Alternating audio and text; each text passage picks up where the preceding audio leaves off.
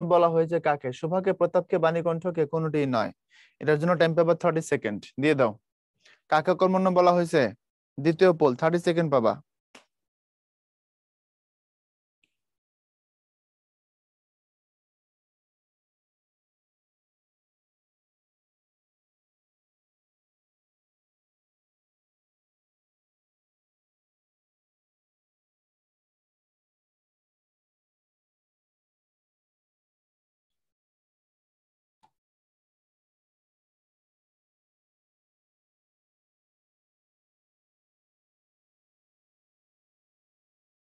ওকে, শোভাগল্পে অকর্মণ্য আচ্ছা, pole share করবো, আচ্ছা ঠিক আছে, শেয়ার করবো নি।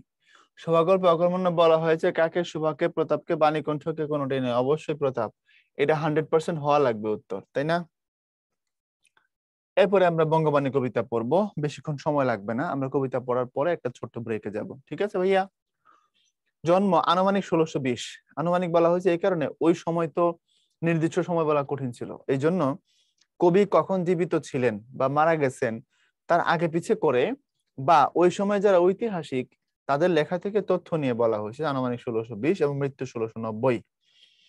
চট্টগ্রামের সন্দ্বীপের সুধারামপুরে, সন্দ্বীপ নামে চট্টগ্রামের একটা উপজেলা আছে, এটা একটা দ্বীপ, মূলত বঙ্গোপসাগরের চট্টগ্রামের অংশ, ওখানকার সুধারামপুর ওনার জন্ম, এবং এই জন্য ওনার লেখার মধ্যে তোমার চট্টগ্রামের ভাষার ব্যবহার আছে।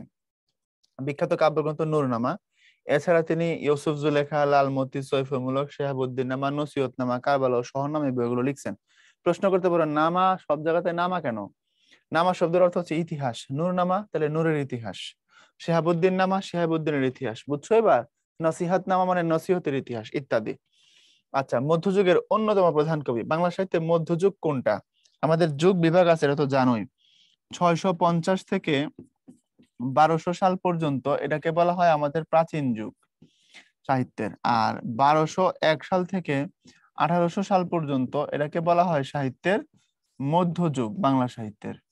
আর 1801 সাল থেকে এখন পর্যন্ত বর্তমান মানে চলছে যে সময়টা, এটাকে বলা হয় সাহিত্যের আধুনিক যুগ।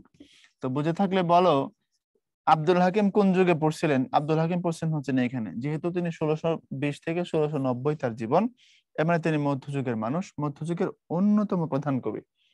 আর যদি প্রশ্ন করা হয় মধ্যযুগের মুসলমান সাহিত্যিকদের মধ্যে প্রধান কে, আলাউল, মুসলমানদের মধ্যে আলাউল। আর পুরা মধ্যযুগে কে প্রধান? সেক্ষেত্রে কেউ কেউ বলেন ভারতচন্দ্র রায়, আবার কেউ কেউ বলেন মুকুন্দরাম চক্রবর্তী, যদি টোটাল মধ্যযুগের টোটাল সাহিত্য ধরে বলা হয় আর কি। যাই হোক, সেটা বড় লেভেলের আলোচনা, তোমার লাগবে না। তুমি এটা মনে রেখে দাও, তিনি মধ্যযুগে যত বড় বড় কবি ছিলেন তার মধ্যে একজন, এটুকু মনে রাখলেই চলবে। এরপরে আসো আমরা মূল ভাব নিয়ে কথা বলি। মূল ভাবটা তোমাদের কাছ থেকে শুনতে পারলে আমার ভালো লাগতো, যে তোমরা নাকি কতটা অ্যানালাইসিস করছো, কতটা কিভাবে জানছো। তা আমি সংক্ষেপে একটু বলি। ওই সময়টায় আমাদের এদেশের মানুষের একটা শ্রেণী ছিল যারা বাংলা ভাষায় কতটা পছন্দ করতো না। তারা হয়তো কথা বলতো এটাতে, কিন্তু বাংলা ভাষাকে তারা বলতো এটা নিচু স্তরের ভাষা, এটা হিন্দুর ভাষা। কারণ হিন্দুদের ধর্মীয় ভাষা হচ্ছে সংস্কৃত, আর সংস্কৃতের প্রচুর শব্দ বাংলায় আছে, এজন্য বাংলাকে তারা হিন্দুদের ভাষা বলতো। আর তারা মনে করতো যে আমরা যেহেতু মুসলিম, আমাদের ভাষা হওয়া উচিত আরবি, ফার্সি, এই ভাষাগুলো। কিন্তু বাংলা যে মাতৃভাষা, এটার প্রতি তাদের একটা মানে যতটা সচেতন হওয়া দরকার ছিল না, যতটা ভালোবাসা দরকার ছিল না। এবং সবচেয়ে দুঃখের বিষয় যেটা, সেটা হচ্ছে এই, তারা বাংলা ভাষাকে খালি হিন্দুর ভাষা বলেই যে থাইমা চলে এমন না, তারা এটাকে অবজ্ঞা করে যে থাইমা চলে এমন না, তারা এই বাংলা ভাষার প্রতি বলতে পারো সামাজিক ভাবে একটা টোটাল একটা শ্রেণী ছিল যারা বাংলা ভাষাকে পছন্দই করতো না। তখন আব্দুল হাকিম এক পর্যায়ে যায় বললেন যে তুমি বাঙালি, জন্মগতভাবে এখানে জন্মাইছো, মায়ের ভাষা হিসেবে বাংলা শিখছো, আর এখন তুমি ধর্মের দোহাই দিয়ে অন্য ভাষার প্রতি আবেদন দেখাচ্ছ। কিন্তু তুমি কি এটা ভুলে গেছো যে মানুষের মুখে ভাষা দিয়েছেন স্বয়ং আল্লাহ? মানুষকে কথা বলতে শিখাইছেন কে? আল্লাহ শিখাইছেন। কারণ কোরআন শরীফে আমরা সূরা আর রহমান যদি পড়ি, দেখবা শুরুর দিকে আছে আল্লাহ বলছেন যে আমি মানুষকে সৃষ্টি করেছি, খালাকাল ইনসান, আমি সৃষ্টি করছি। আবার এটাও বলছেন আল্লাহ মাহুল বায়ান, আমি তোমাকে কথা বলতেও শিখেছি। তো কোরআন বলছে যে আল্লাহ মানুষের মুখে ভাষা দিয়েছেন, তাকে কথা বলতে শিখাইছেন। তো তুমি যে ভাষাতেই কথা বলো, তুমি যে দেশের মানুষই হয়ে থাকো, যে অঞ্চলের মানুষই হয়ে থাকো, তোমার ভাষা তো সৃষ্টিকর্তার দেয়া। তাহলে সৃষ্টিকর্তা সব ভাষাকেই তো পছন্দ করেন। সৃষ্টিকর্তা সব ভাষার ব্যাপারে অবগত, রাইট? উনি তো সর্বশক্তিমান। তো তুমি যে দেশেই থাকো, যে ভাষাতেই কথা বলো, যে ভাষাতেই তুমি সৃষ্টিকর্তাকে ডাকো, সৃষ্টিকর্তা শুনেন, বোঝেন, সাড়া দেন। হ্যাঁ, এটা সত্য। আমরা মুসলমান হিসাবে আমাদের ধর্মের ভাষা আরবি, এটার প্রতি আমাদের অন্য লেভেলের একটা প্রেম, ভালোবাসা, শ্রদ্ধা থাকবে, দ্যাটস ট্রু। এর মানে তো এই না আমি বাংলাকে অবজ্ঞা করব, আমি বাংলাকে বাদ দিয়ে দেবো, এটাকে আমি হিন্দুর ভাষা বলবো, এটাকে মানে আমি ধরবই না, এমন তো না। এই কথাগুলি কবি এখানে বলছেন এবং শেষে বলছেন যারা এদেশে জন্মায়, এদেশের প্রতি, ভাষার প্রতি প্রেম নাই, তারা দেশ ছেড়ে চলে যাক না। আর যে বলছেন যে যেসব বঙ্গেত জন্মে হিংসে বঙ্গবাণী, সেসব কাহার জন্ম নির্ণয় না জানি। এদের জন্মের ঠিক নাই, যারা এই দেশে জন্মায় কিন্তু বাংলাকে ভালোবাসে না। কষ্টের কথাগুলোকে তিনি একে একে বলছেন এখানে। এই ছিল কবিতা। তো আমরা চলো, এখানে মূল বক্তব্য আমরা খুব সুন্দর করে লিখছি, যাতে করে তুমি পড়লে এখান থেকে খুব ভালো একটা আইডিয়া পাও, এবং এরপরে আমরা চলে যাবো এবার কবিতায়। হ্যাঁ, চলো। দেখো, কিতাব পড়িতে যার নাহিক অভ্যাস, সেসবে কহিল মতে মনে হাবিলাস। দেখো, এরপরে কিন্তু তুমি এখানে কিন্তু এই যে শব্দার্থ গুলো পাবা, ঠিক আছে? তোমার বইয়ে যেগুলো আছে তো আছে, তারপরে আবার শব্দার্থ পাবা, সুতরাং তোমার ভয় পাওয়ার কোনো কারণ নেই, আমি তো বলেই যাব। এই হাবিলাস মানে হচ্ছে ইচ্ছা। হাবিলাস শব্দের অর্থ কি? হাবিলাস মানে হচ্ছে তোমার ইচ্ছা। কিতাব পড়িতে যার নাহিক অভ্যাস, অর্থাৎ যাদের কিতাব পড়তে, বই পড়তে অভ্যাস নাই, অর্থাৎ যারা প্রাতিষ্ঠানিকভাবে শিক্ষিত নয়, অল্প শিক্ষিত সাধারণ মানুষ, তারা এসা কবিকে তাদের হাবিলাস বা তাদের ইচ্ছা বা তাদের অভিলাষের কথা বলল। প্রশ্ন হচ্ছে কি সেই ইচ্ছা? তারা বলছে যে যেহেতু শাস্ত্রীয় বইগুলো, শাস্ত্রীয় গ্রন্থগুলো উঁচু মানের, উচ্চু পড়াশোনার দরকার হয় সেগুলো বুঝতে পড়তে, আমরা সেগুলো পারি না, আমরা সামান্য বাংলা জানি, সামান্য পড়াশোনা আছে, সো আপনি আমাদের জন্য কিছু একটা লিখেন না, লিখলে আমরা সেটা পড়ে পড়ে আমরা আনন্দ নিব। তখন কবি বলছে ঠিক আছে। তারপরে কবি কি করলেন? তাদের মনোরঞ্জনের জন্য কবি হাতে কলম নিলেন। কবি সেটাই বললেন, তে কাজে নিবেদি বাংলা করিয়া রচন। তে কাজে মানে ওই কাজটাতে আর কি, লেখার কাজে। নিবেদি মানে নিবেদিত হয়ে নিজেকে আমি কি করলাম? জড়িত করলাম। বাংলা করিয়া রচন, তারপর আমি বাংলা কি করলাম? রচনা করলাম। নিজ পরিশ্রম তোষী আমি সর্বজন। এই তোষী মানে হচ্ছে খুশি করি, অর্থাৎ সেই কাজে আমি নিজেকে কি করলাম? নিবেদিত করলাম, কাজ করলাম, এবং আমার পরিশ্রমের দ্বারা আমি সর্বজনকে কি করলাম? খুশি করলাম। এটাই বলছে, তে কাজে নিবেদি বাংলা করিয়া রচন, নিজ পরিশ্রম তোষী আমি সর্বজন। এরপর আরবি ফার্সি শাস্ত্রে নাই কোনো রাগ। আরবি আর ফার্সির প্রতি আমার কোনো কি নাই? রাগ নাই, কষ্ট নাই। দেশি ভাষায় বুঝিতে ললাটে পড়ে ভাগ। আমার যে কষ্ট হয় যখন আমি দেখি দেশের ভাষা বুঝতে ললাটে ভাঁজ পড়ে। আমার দিকে তাকাও, তুমি আমাকে কিছু একটা বললা, আমি বললাম হ্যাঁ ঠিক আছে, বুঝতে পারলাম, ইজি। আর ধরো তোমার কথা আমি বুঝতে পারলাম না, বা আমি তোমার কথা বোধগম্য হচ্ছে না, তখন আমি কি করবো? তোমার দিকে একটু এরকম করে তাকাবো, এই যে দেখো কপালে ভাঁজ পরে তাকাবো, আমি বুঝতে চাইবো যে কি হয়েছে ঘটনাটা, তাই না? তো রাইটার বলছে যে আরবি ফার্সি শাস্ত্রে আমার কোনো রাগ নাই, কিন্তু আমার খারাপ লাগে যখন দেখি যে তোমরা আরবি ফার্সির প্রতি খুব ভালোবাসা, আর দেশের ভাষা বোঝার সময় তোমার ললাটে ভাঁজ পড়ে। ললাট মানে হচ্ছে কপাল, এটা দুঃখজনক। তারপরে আবার বলছেন আরবি ফার্সি হিন্দে নাই দুই মত। আরবি ফার্সি হিন্দি এগুলোর প্রতি আমি কোনো দ্বিমত করি না, যদি বা লেখে আল্লাহ নবীর সিফত, এই সিফত শব্দের অর্থ হচ্ছে গুণ। বলছে এগুলোর প্রতি তো দ্বিমত করার কোনো সুযোগই নাই, বিশেষত আরবি ফার্সির প্রতি, কেননা সেখানে আল্লাহ এবং আল্লাহ রসুলের সিফত বা গুণাগুণ বর্ণনা করা হয়েছে। আমাদের কোরআনের ভাষা আরবি, হাদিসের ভাষাগুলো আরবি, ধর্মের বড় বড় কিতাবগুলো আরবি, জান্নাতের ভাষা হবে আরবি, তাই না? আর আরবের সব থেকে কাছাকাছি ভাষা হচ্ছে ফার্সি। আরবি বর্ণমালা দিয়ে সেই ভাষাটা লেখা হয়। ফার্সিতে প্রচুর বড় বড় কিতাবাদি আছে আমাদের ধর্মে। তো রাইটার এটাই বললেন যে আরবি ফার্সির প্রতি তো আমার দ্বিমত নাই, তাদের ওই ভাষাগুলোর প্রতি আমার কোনো ক্ষোভ নাই, আক্ষেপ নাই, এবং তার থেকে বড় কথা হচ্ছে ওই ভাষাতে আল্লাহ এবং আল্লাহ রাসূলের গুণাগুণ বা সিফত বর্ণনা করা হয়েছে। এরপরে বলছেন যে দেশে যেই বাক্য কহে নরগণ, পৃথিবীর যে দেশে যে প্রান্তে যে ভাষায় মানুষ কথা বলে, সেই বাক্য বুঝে প্রভু আপে নিরঞ্জন। অর্থাৎ পৃথিবীর সমস্ত দেশের মানুষের ভাষা বা কথা প্রভু নিরঞ্জন। নিরঞ্জন মানে কি? সৃষ্টিকর্তা। সৃষ্টিকর্তা কি করতে পারেন? বুঝতে পারেন। বুঝা গেল এবার? ওকে,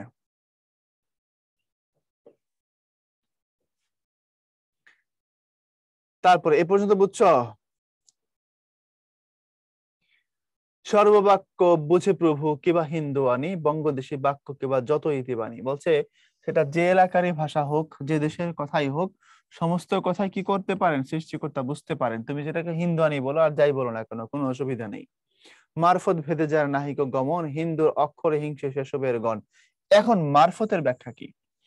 মারফত শব্দের মূল অর্থ হচ্ছে মরমী সাধনা। মরমী সাধনা মানে কি? সহজ কথায় যদি বলি, সৃষ্টিকর্তাকে পাওয়ার জন্য, নিরঞ্জন শব্দের অর্থ হচ্ছে সৃষ্টিকর্তা। তো মরমী সাধনা মানে হচ্ছে সৃষ্টিকর্তাকে পাওয়ার জন্য কঠোর তপস্যা, কঠোর সাধনা, এটাকে বলা হয় মরমী সাধনা। আর মারফতের আরেকটা অর্থ হচ্ছে গোপন, গভীর, উচ্চ লেভেলের নলেজ। তো এখানে উচ্চ লেভেলের নলেজ বা গোপন নলেজ বা গভীর নলেজ বা সত্যিকারের জ্ঞান, এই অর্থে ব্যবহার করা হয়েছে। তো এটাই কথা, মারফত ভেদে যার নাহিক গমন, অর্থাৎ সত্যিকারের জ্ঞান যার মধ্যে নাই, সত্যিকারের মারফতের জায়গায় যে গমন করেনি, যায়নি, হিন্দুর অক্ষর হিংসে সেসবের গণ, এই তারাই বাংলা ভাষাকে হিন্দুর ভাষা বা হিন্দুর অক্ষর বলে হিংসা করে। অর্থাৎ কবি বোঝাতে চাচ্ছেন, যারা সত্যিকারের নলেজিয়াস নন, যাদের সত্যিকারের জ্ঞান নাই, গভীর জ্ঞান নাই, তারাই বাংলা ভাষাকে হিন্দুর ভাষা বলে। এরপরে বলছেন, যেসবে বঙ্গে তো জন্মে হিংসে বঙ্গবাণী, সেসব কাহার জন্ম নির্ণয় না জানি। এই কবিতার সব থেকে ভারী লাইন। যেসব বঙ্গে তো জন্মি, অর্থাৎ বাংলাদেশে জন্মাইছে, হিংসে বঙ্গবাণী, বাংলা ভাষাকে তারপরে আবার হিংসা করে, সেসব কাহার জন্ম নির্ণয় না জানি। তারা যে কার জন্ম, এরা কি বাঙালির জন্ম নাকি না আমি জানিই না।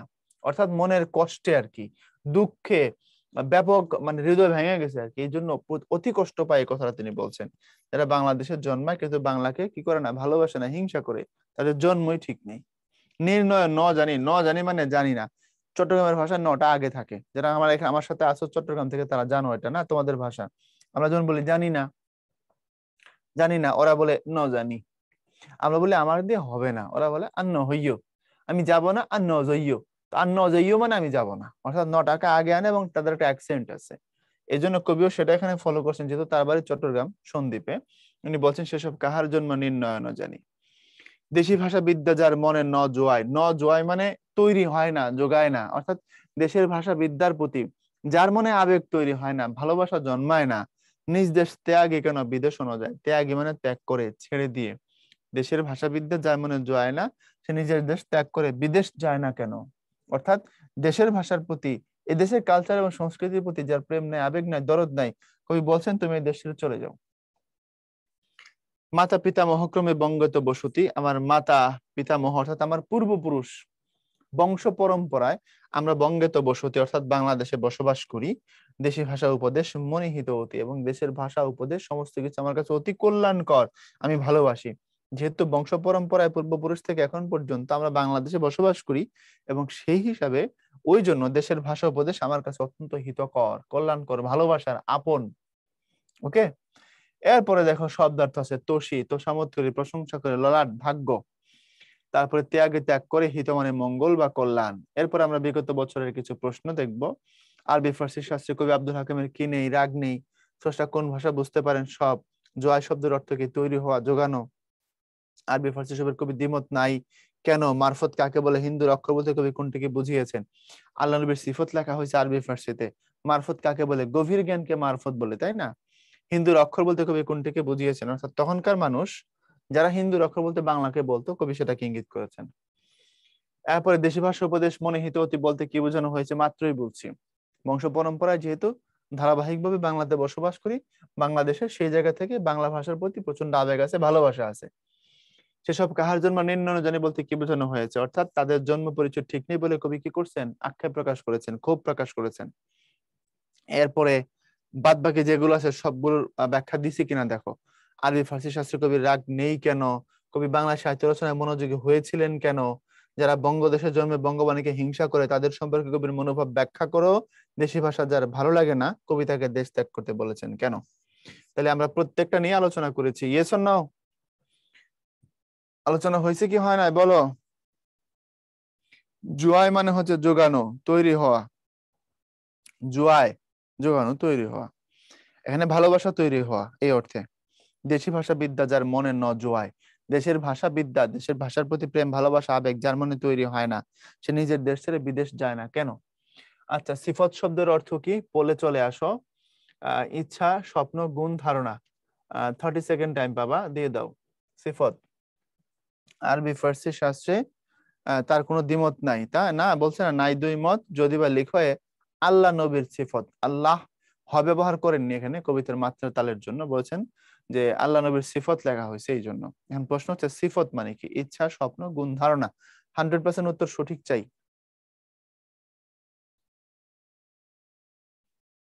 30 সেকেন্ডের বেশি সময় তোমাদেরকে দেওয়া যাচ্ছে না, 30 সেকেন্ডই দিলাম, এর বেশি না। ওকে। আচ্ছা, হিন্দুয়ানি কি? হিন্দুয়ানি মানে হচ্ছে হিন্দুদের ভাবসাব, হিন্দুদের মতো আর কি। ওকে, তাহলে পোল ক্লোজ করে দিলাম। সিফত শব্দের অর্থ হচ্ছে তোমার ভাইয়া গুণ, কোয়ালিটি, হ্যাঁ, ভার্চু। আচ্ছা, এরপরে আসো আমরা লেকচার 2 তে যাব। আলোচ্য টপিক হচ্ছে ভাষা ও বাংলা ভাষা, বাংলা ব্যাকরণ, বাংলা ভাষার রীতি ও বিভাজন। এই তো তোমরা এই স্লাইডটা দেখতে থাকো, বেটার আমি ব্রেকে যাই, তাহলে সুবিধা যেটা হবে সেটা হলো তুমি মাঝখানে কিছু জিনিসও দেখে ফেলতে পারবা, তাই না? নাকি আমরা এখানে এখানে লিখবো ব্রেকটা? আমার মনে হয় ব্রেকটা আমরা এখানে লিখি, ঠিক আছে?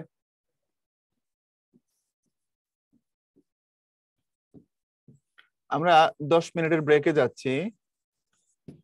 যদি 10 মিনিট থেকে 1-2 মিনিট বেশি লাগে, আমি আশা করব তোমরা অপেক্ষা করবে, হইচই করবে না, চেষ্টা করব ঠিক টাইমে আবার শুরু করে দেওয়ার ইনশাআল্লাহ।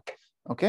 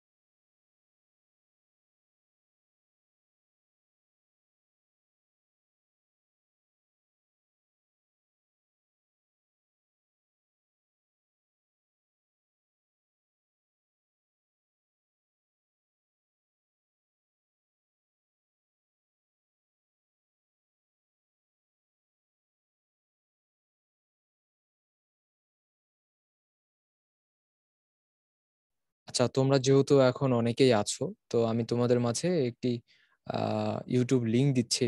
তোমরা একটু একটু চেক আউট করে নিও, যে যেখানে হলো উদ্ভাসের যে তোমার অনলাইন এক্সাম সিস্টেমটা। তো এমসিকিউ এন্ড রিটেন দুইটাই। তো এর ভিতরে ইনক্লুড আছে। হ্যাঁ, একটু দেখে নিও, তারপরও আমি ক্লাস শেষে একটু দেখিয়ে দেবো জাস্ট অপশনগুলো।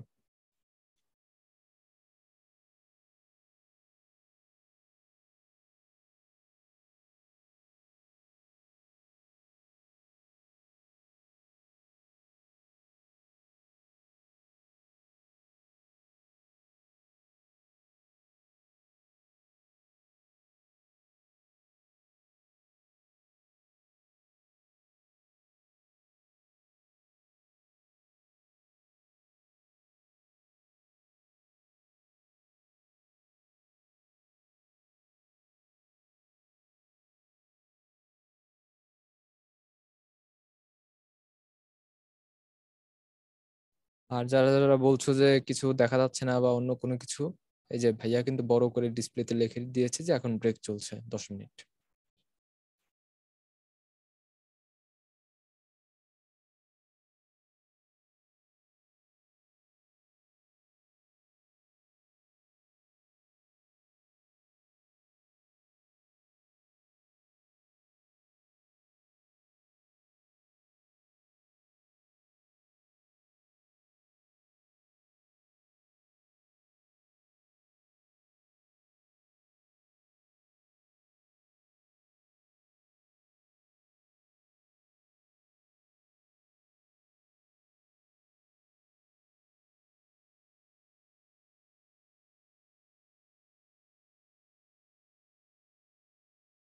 এখন কি তোমরা লিঙ্কটা পেয়েছো? একটু কাইন্ডলি একটু জানাও তো।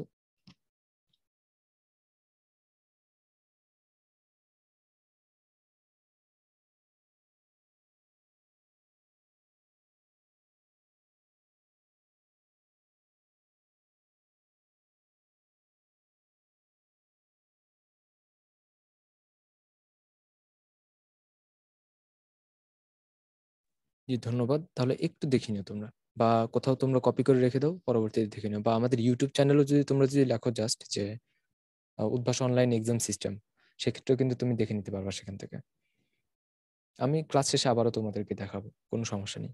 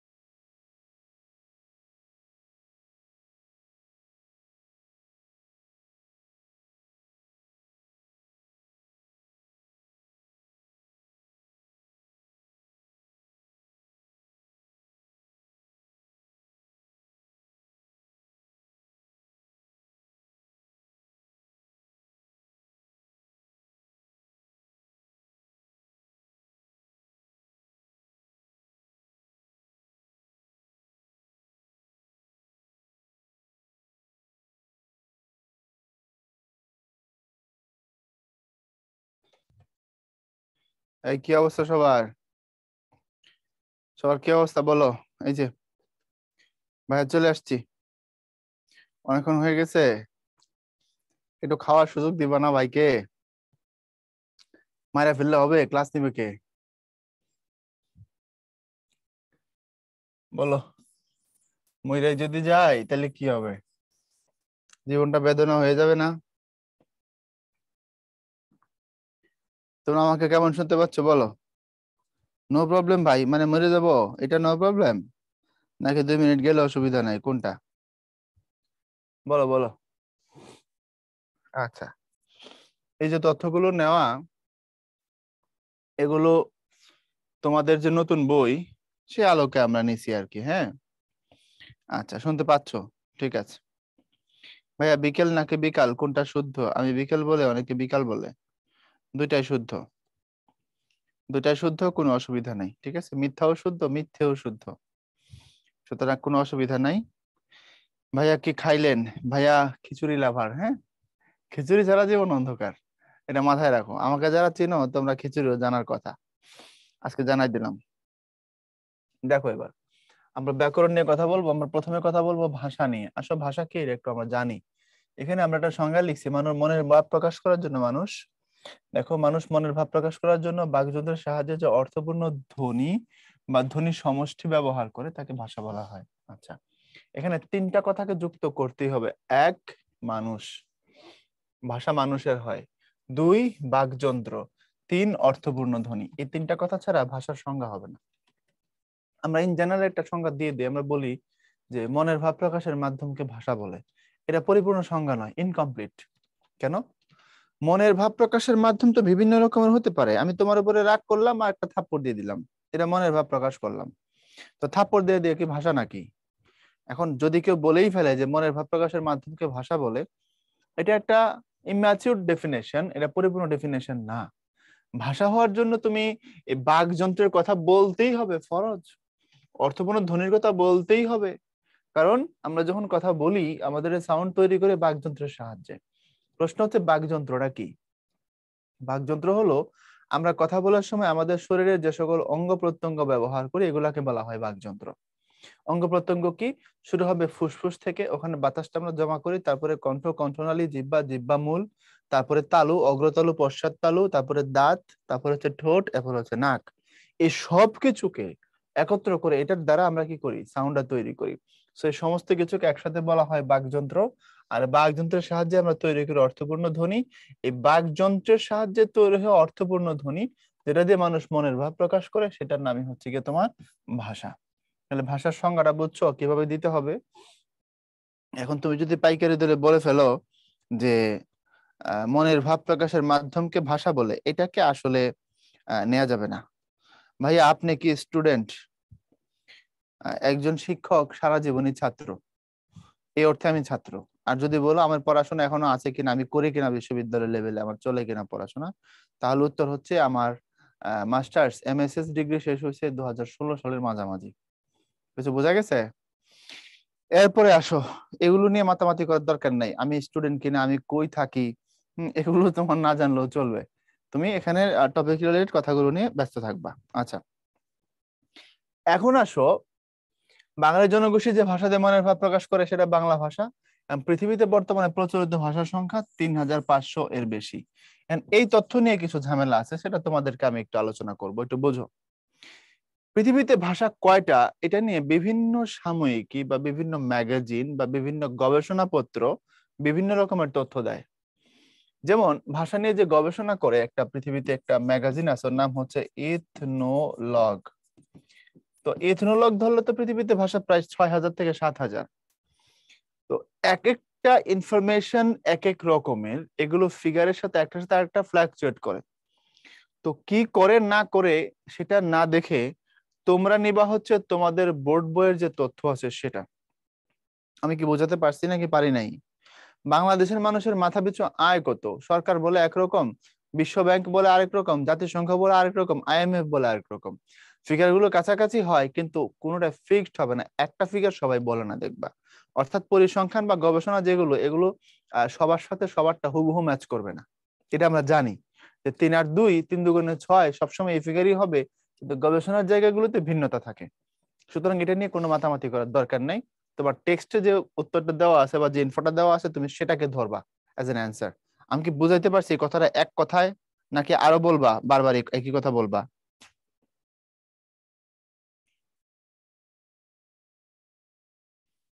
ওকে, ঠিক আছে, এখানেই থাকো। 3500 এর বেশি এটা বলবা। মাতৃভাষা হিসেবে বা ব্যবহারকারী জনগোষ্ঠীর দিক থেকে বাংলার অবস্থান ষষ্ঠ। আগের বইতে ছিল চতুর্থ, এখন আমরা বলি ষষ্ঠ। বিষয়টা কি? বিষয়টা হলো, ধরো একজন চাইনিজ মানুষ জন্মের পর থেকে তার মায়ের কাছ থেকে সে চাইনিজ ভাষা শিখছে, পরবর্তীতে সে ইংরেজিও শিখছে। ধরো আমি বাংলাদেশের মানুষ, আমি বাংলা শিখছি, একজন বোম্বেতে বড় হওয়া মানুষ হিন্দি শিখছে, সবাই কিন্তু পরবর্তীতে আবার ইংরেজি শিখে দরকার হইলে, বা কেউ ফ্রেঞ্চ, ইটালিয়ান বিভিন্ন ভাষা শিখে। কিন্তু মাতৃভাষার হিসাবে, জন্মগত ল্যাঙ্গুয়েজের হিসাব যদি ধরো, তাহলে পৃথিবীতে কোন ভাষার অবস্থান কেমন, সেই হিসেবে আমাদের অবস্থান ষষ্ঠ। অর্থাৎ মাতৃভাষার হিসাবে কত বেশি মানুষ বাংলায় কথা বলে, সেই হিসাবে বাংলার অবস্থান ষষ্ঠ। এটা বোঝাতে চাচ্ছিলাম। ক্লিয়ার এবার? এখন প্রশ্ন করবা, ভাই প্রথমে কারা আছে, দ্বিতীয় কে, তৃতীয় কে? যেটা প্রথম, এই উত্তরটা একেবারে ঠিক, ফিক্সড। বাকিগুলো নিয়ে কনফিউশন আছে, এক এক জায়গায় এক এক রকমের ইনফরমেশন কম বেশি। তবে 1 নম্বরে কারা, এটা ঠিক আছে, কোনো অসুবিধা নেই। 1 নম্বরে ম্যান্ডারিন বা ম্যান্ডারিন, এই যে এটা ম্যান্ডারিন, এটা হচ্ছে পৃথিবীর প্রথম জনসংখ্যার দিকের বিবেচনায়, হ্যাঁ, এটা মূলত চাইনিজ ভাষা, অং চিং চং চাং, এই যে একটা ভাষা আছে না চাইনিজদের, ম্যান্ডারিন ভাষা 1 নম্বর। কারণ চীনেই তো 140 কোটির বেশি মানুষ, তারপরে তোমার সিঙ্গাপুরে আছে, ম্যান্ডারিন ভাষাটা চলে, চীনের আশপাশে কিছু এলাকায় চলে। তো এই জন্য বললাম যে চাইনিজ ভাষাটা পৃথিবীতে জনসংখ্যার বিচারে মাতৃভাষার হিসাবে 1 নম্বর, মনে থাকবে। আর 2, 3 যেগুলো আছে, পর্তুগিজ, স্প্যানিশ, আরাবিক, এগুলো নিয়ে ভাই ঝামেলা আছে, কেউ আগে বলে কেউ পরে বলে, এগুলো নিয়ে ভেজাল। তুমি 1 নম্বরে রাখো, এটা জেনে রাখো ম্যান্ডারিন, 2 নম্বরে জেনে রাখো আর কি বলে 6 জেনে রাখো বাংলা, তাইলেই হবে। আর বাংলা ভাষা ব্যবহারকারী মানুষ পৃথিবীতে প্রায় 30 কোটি। এই 30 কোটি মানুষ কোথায় আছে? বাংলাদেশে কত? বাংলাদেশে কত মানুষ বলো? 30 কোটির মধ্যে আমাদের দেশে কত মানুষ? আমাদের 16 কোটি বা 18 কোটি, আমরা যেমনটাই বলি না কেন, না না 18 হয় নাই, যেহেতু আমাদের সর্বশেষ 16,51,00,000, এটা আমাদের সর্বশেষ আদমশুমারি, যেটা গত বছর হলো 21-এ শেষে যেটা হয়েছে, 22-এ আমরা রেজাল্ট পাইছি, এটা হচ্ছে আমাদের 16.5 কোটি, আমি ধরলাম 16 বা 17 কোটি। আর বাকি মানুষগুলো হচ্ছে পশ্চিমবঙ্গে, ভারতের পশ্চিমবঙ্গ, তারপরে তোমার বিহার, মেঘালয়, আসাম, ত্রিপুরা, অর্থাৎ বাংলাদেশের ভৌগোলিক সীমানার কাছ দিয়ে ভারতের যে এরিয়াগুলো আছে, পশ্চিমবঙ্গ আমাদের বাংলাদেশের পশ্চিম দিকে, বাংলাদেশের উত্তর দিকে হচ্ছে আসাম আর মেঘালয়, পূর্ব দিকে হচ্ছে ত্রিপুরা, আর পশ্চিমবঙ্গের সাথে হলো বিহার এবং উড়িষ্যা, ওই অঞ্চলটা। এই জন্য বাংলা ভাষার যে অঞ্চল এবং তার আশপাশ সংলগ্ন অঞ্চলগুলো, এখানেও বাংলা আছে সব মিলে। আর বাকি মানুষগুলো, আর একটা বিরাট অংশ পশ্চিমবঙ্গের বাঙালি এবং আমাদের বাঙালি মিলে আমরা বাংলাদেশের বাইরেও আছে প্রবাসীরা, তাই না? তো সবকিছু কাউন্ট করলে এটার সংখ্যা ধরা হয় আনুমানিক প্রায় 30 কোটি মানুষ বাংলা ভাষায় কথা বলে। এছাড়াও বলছি, বাংলাদেশ ছাড়া ভারতের পশ্চিমবঙ্গ, ত্রিপুরা, বিহার, উড়িষ্যা, মেঘালয়, আসামে বাংলা প্রচলিত আছে এবং বাংলা ভাষা নিজস্ব লিপি আছে, আমরা সেই লিপিতে বাংলা ভাষাকে লিখি। বাংলা ভাষার জন্ম ইন্দো ইউরোপীয় ভাষা পরিবার থেকে, এবং ভাষার আঞ্চলিক রূপকে বলা হয় উপভাষা। তুমি এই জায়গাটাকে একটু ব্যাখ্যার দাবি রাখে এবং এই জায়গাটাকে ব্যাখ্যার দাবি রাখে, ভাইয়া ব্যাখ্যা করে দেবো, এটা মনোযোগ দিয়ে শুনতে হবে। ভাষা পরিবার কি, ইন্দো ইউরোপীয় বলতে কি বোঝানো হয়, উপভাষা বলতে কি বোঝানো হয়, সেই জিনিসগুলো একটু লিখবো, ঠিক আছে? একটু এখানে দেখো, এই যে ইন্দো ইউরোপীয়, যদি এখন চ্যাট বক্সে আইসা বেশি লেখালেখি করো, তাহলে আমার এই কমন কথা বুঝবা না, আর পরে প্রশ্ন করলে হয়তো আমি তোমার প্রশ্ন আমার চোখেই পড়বে না, এমনও হইতে পারে। এই ইন্দো মানে ইন্ডিয়া সম্পর্কিত, আর ইউরোপ মানে তো ইউরোপ সম্পর্কিত, তাই না? পৃথিবীতে প্রায় 30টার বেশি, 36টা প্লাস মাইনাস ভাষা গোষ্ঠী বা ভাষা পরিবার আছে। সোজা কথায় যদি বলি, মা ভাষা, মা ভাষা তো বুঝো, যে ভাষা থেকে আরো অন্যান্য ভাষার তৈরি হয়েছে, এরকম একটা মা ভাষার নাম হচ্ছে ইন্দো ইউরোপীয়। এটা আজকে থেকে প্রায় 7,000 বছর পূর্বের ভাষা। বলা হয় যীশু খ্রিস্টের জন্মের 5,000 বছর পূর্বে এই ভাষা ছিল। এখন 2023 সাল যদি হয়ে থাকে, আজকে থেকে 2023 বছর আগে হচ্ছে যীশু খ্রিস্ট বা ঈসা আলাইহিস সালামের জন্ম, তাই না? তো আজকে থেকে 2000 বছর আগে যদি ঈসার জন্ম হয়, তার জন্মের 5000 বছর আগে ছিল ইন্দো ইউরোপীয় ভাষা। তাহলে কি দাঁড়ালো? এখন থেকে প্রায় 7000 বছর পূর্বের ভাষা হচ্ছে ইন্দো ইউরোপীয়। এই ইন্দো ইউরোপীয় ভাষার একটা শাখা ছিল কেন্তম, আর একটা শাখা ছিল হচ্ছে শতম। এই শতম শাখা থেকে অনেক রাস্তা বিবর্তনের মাধ্যমে বাংলা ভাষার তৈরি হয়েছে। তোমরা ক্লাস 8-এ বাংলা ভাষার জন্ম কথা নামে হুমায়ুন আজাদের একটা ছোট্ট লেখা তোমরা পড়ে আসছো হয়তোবা, তাই না? এই শতম শাখার অনেক হাজার বছরের বিবর্তন। আজকে থেকে প্রায় বাংলা ভাষা তৈরি হয়েছে কত বছর আগে? বলা হয় 1500 বছর আগে। তাহলে 7000 বছর থেকে 1500 বছর বাদ দিয়ে দিলে প্রায় 5500 বছর হয়, তাই না? অলমোস্ট কম বেশি এই পরিবর্তনটা হয়েছে বাংলা ভাষার ভিতর দিয়ে, প্রায় 5000 5500 বছর। এরপরে এখন থেকে প্রায় 1300-1400 বছর আগে, অর্থাৎ চর্যাপদ যখন লেখা হয়েছিল, আগের ক্লাসে মানে সরি ফার্স্ট পেপার অংশ তোমাদের দেখাইছিলাম 650 থেকে 1200 পর্যন্ত চর্যাপদের সময়, তাই না? ওই সময়ে বাংলা ভাষা ব্যবহার করে চর্যাপদ নামে একটা বই লেখা হয়েছিল। এই জন্য আমরা বলি বাংলা ভাষার বয়স হচ্ছে এটা। বুঝতে পারছো? অর্থাৎ বাংলা ভাষার বয়স 13 থেকে 1400 বছর, 1000 বছরের কিছু বেশি।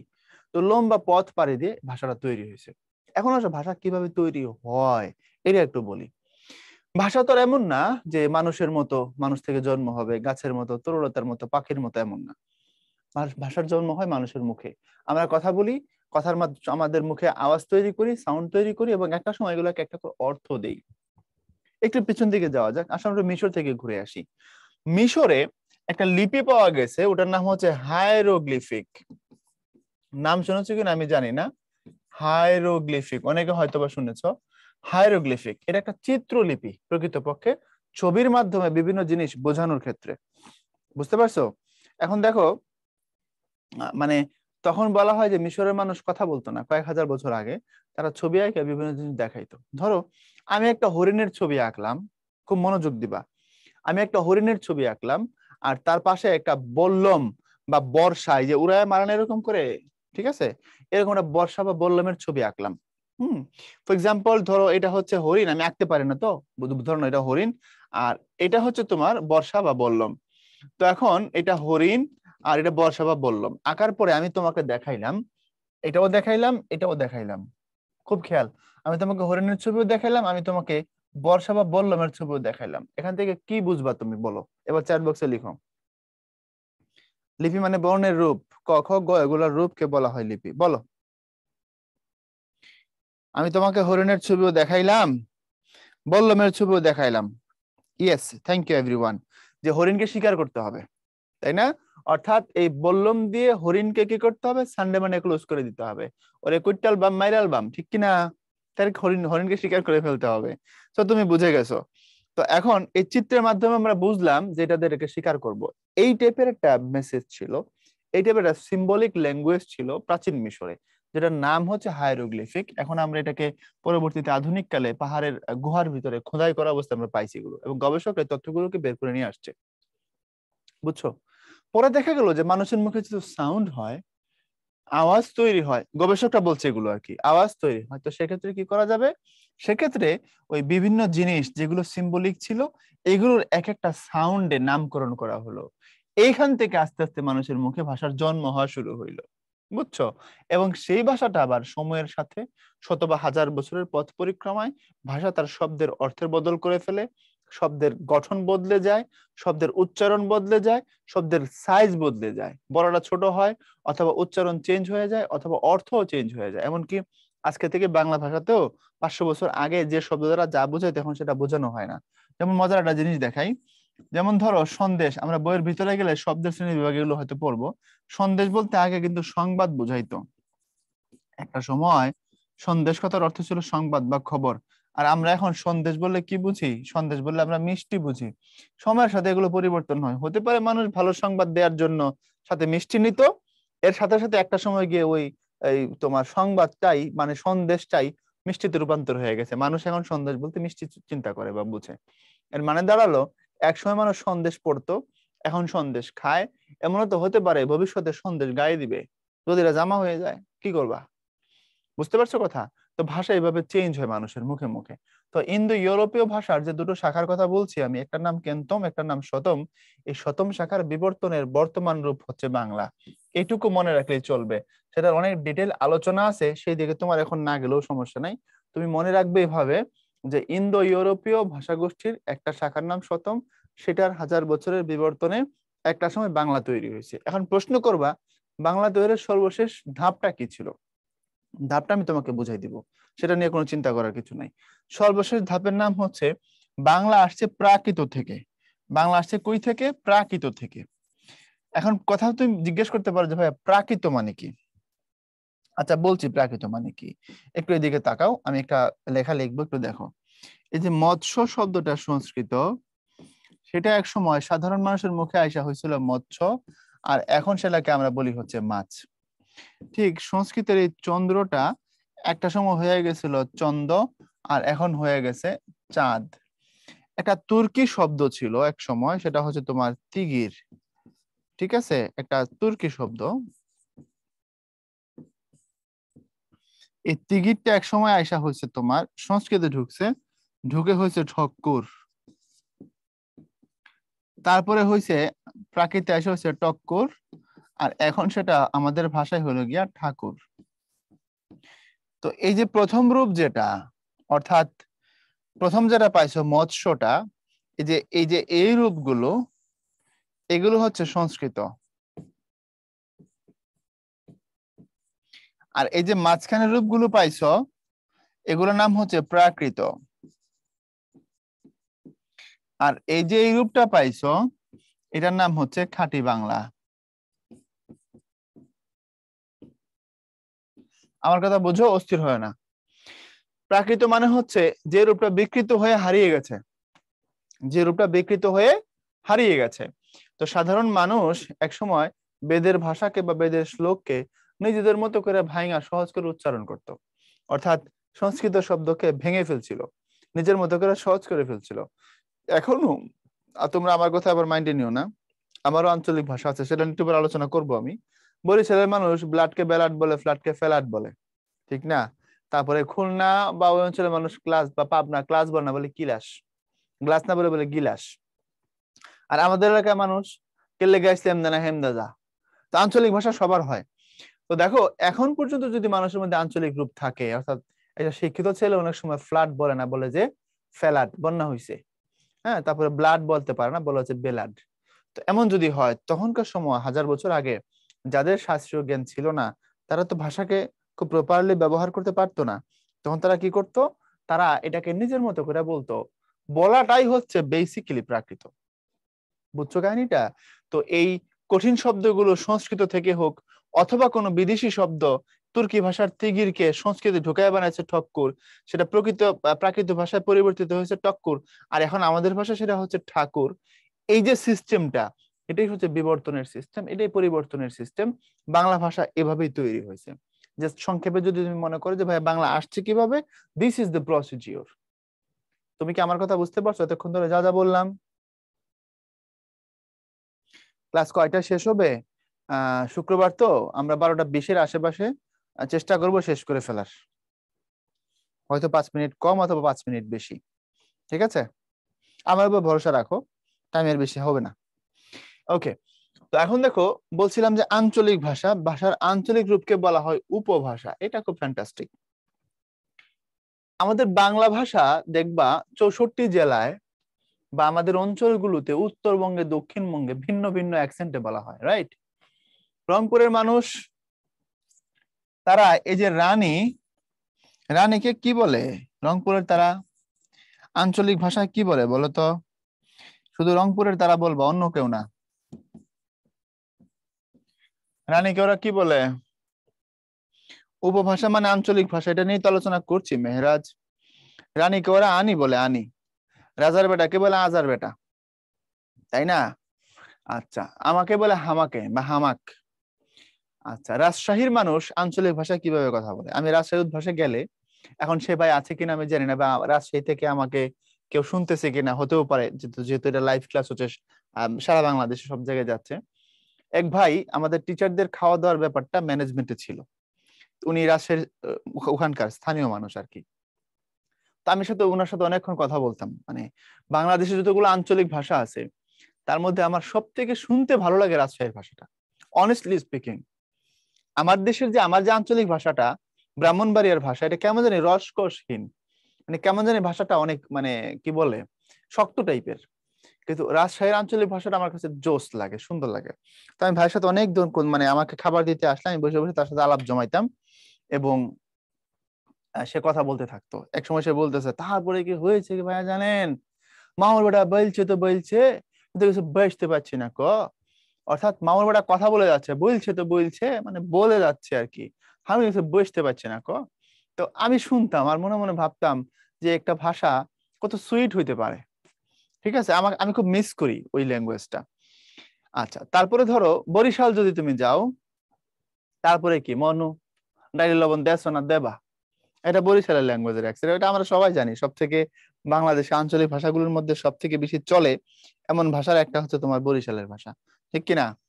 আচ্ছা, এখন বরিশাল ছেড়ে মানে বাদ দিয়ে তুমি যদি ঢাকায় যদি ঢুকো, ঢাকার যে আঞ্চলিক ভাষা পুরান ঢাকায় যেটা চলে, তারপরে ওটা একটা মানে অদ্ভুত ভাষা। বিশেষত আমার কোনো স্টুডেন্ট থাকলে তোমরা হাসাহাসি করো না এটা নিয়ে, পুরান ঢাকার আঞ্চলিক ভাষাটা মেয়েদের মুখে শুনতে মানে খুবই অড লাগে। আমি আমার পার্সোনাল ভিউ বললাম, মানে একটা মেয়ে যখন পুরান ঢাকার আঞ্চলিক ভাষায় কথা বলে তখন এটা কেমন জানি লাগে, খুব অদ্ভুত লাগে। কেমন ভাষাটা বলো তো? হবে আলাই কি হয়েছে, কি কইতাছি বুঝার পারতাছ না, এটা পুরান ঢাকার ভাষা। দেখো রংপুর থেকে শুরু করে ভাষা চেঞ্জ হচ্ছে, পুরান ঢাকা দিয়ে ধরো ঢাকায় আসলো, এখন চট্টগ্রামে গেলে তো ভাষা শেষ, আহত হয়ে যাবে, মারা যাবে, এবং কক্সবাজার গিয়ে ভাষা দাফন হয়ে যাবে, বাংলার আগের মতো থাকবে না। বাংলা যে কেমন, কক্সবাজারের ভাষা বা চট্টগ্রামের ভাষা আমি দেখলাম না একটু আগে, আমরা পড়লাম বঙ্গবাণী, তাই না? আর ন যাইও আর ন হইও, বদ্দা খন্ডে যাইয়ার, বদ্দা খন্ডে যাইয়ার মানে হচ্ছে বড় ভাই আপনি কোথায় যান, তুমি কেমন আছো। চট্টগ্রামের ভাষা হচ্ছে তুই কেন আছো, কেন আছো মানে তুমি কেমন আছো। আমি এই যে গত 3-4 দিন আগে কক্সবাজার চট্টগ্রাম ঘুরে আসলাম, এবং আমি স্টুডেন্টদের কথা 2-3বার প্রশ্ন করে তারপর বুঝতে হয়েছে, কারণ ওরা বাংলা ভাষাটাও বলে তাদের টানে, তাদের অ্যাকসেন্টে, এটা চট্টগ্রামের বৈশিষ্ট্য। আর আমার এলাকার ভাষায় যদি বলি, আমার ব্রাহ্মণবাড়িয়া, তোমাদের একটু আগেই বলছিলাম, ওই যে বলছিলাম কেলে গাইছি আমদানা হেন্দাজা, মানে কি, কি জন্যে এসেছিলে, এদিক দিয়ে নয় ওদিক দিয়ে যাও। বোঝা গেছে কথা? এই যে ভাষার বিভিন্ন রকমের আঞ্চলিক রূপ, এটাকেই বলা হয় উপভাষা। মনে থাকবে এবার? এবার বগুড়া ভাষা একজন শুনতে চাচ্ছিল, বলছিল বগুড়াতে সে কি যেন বলে, বগুড়াতে কি বললো, এই বগুড়ার লোক, তু আলু আলু আক্কুলিলু আলু, তু আলু আলু আক্কুলিলু আলু মানে কি, তুই আসছস আসছস আরেকটারে নিয়ে আসছস। আমরা বলি না তুই তো আসছস তু আলু, সে কি গেছে, সে গেলু, তুই খাইছস তুই খালু, এরা হচ্ছে ওদের অ্যাকসেন্ট। তো আলো আলো আক্কলিলু আলো, তুই আসছস আসছস আরেকটারে কি করছস, নিয়ে আসছস। এইটা হচ্ছে ব্যাপার, তাই না? আমার এক বন্ধু ছিল, মেসে থাকতাম আমার একসময় ভার্সিটি লাইফে, বড় ভাই বন্ধু। সে তার আম্মাকে ফোন করলেই আমরা শুনতাম সে কি বলে, ফোন দিয়ে বলতো মা তুই কোথায় আছিস, মা তুই কোথায় আছিস মানে কি, মা তুমি কোথায় আছো, কেমন আছো। বোঝা গেছে এবার? তো চলো, এই রূপটাকে কি বলা হয়, উপভাষা বলা হয়। এখন আমাকে বলতে হবে, বলো উপভাষা কি ভাষার জন্য অ্যাসেট নাকি ভাষার জন্য বোঝা, কোনটা বলো?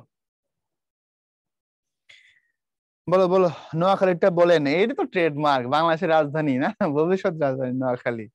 এরা হচ্ছে পানি খায়া কয় আমি মধু খাইছি, তাই না? খাইছে পানি বলে মধু, আই হানি খাইও, আই হানি খাইছি, তাই না? যেখানে এই নোয়াখালীরা ভালো করে শোন, এই যে যেখানে দেওয়া, এখানে তারা যায় বলে, আর যেখানে দেয়া সেখানে যায় বলে। অদ্ভুত, মানে এমন না যে তারা বলতে পারে না, যেখানে সেখানে পানিরে হানি, আচ্ছা, যেখানে সেখানে অর্থাৎ তারা বলে না যেটা ফালতু, তখন বলে পালতু। ফিনিশ বলে না, বলে ফিনিশ, ফিনিশিং না বলে ফিনিশিং, ফোন দিছে পন দিছে, এই কথা ঠিক আছে? তো এমন না যে তারা পারে না, দুঃখের বিষয় পর জায়গায় আর ফর জায়গায় এই ক্লাসটাকে ফিনিশিং ঠিক আছে? From Noakhali, anybody else?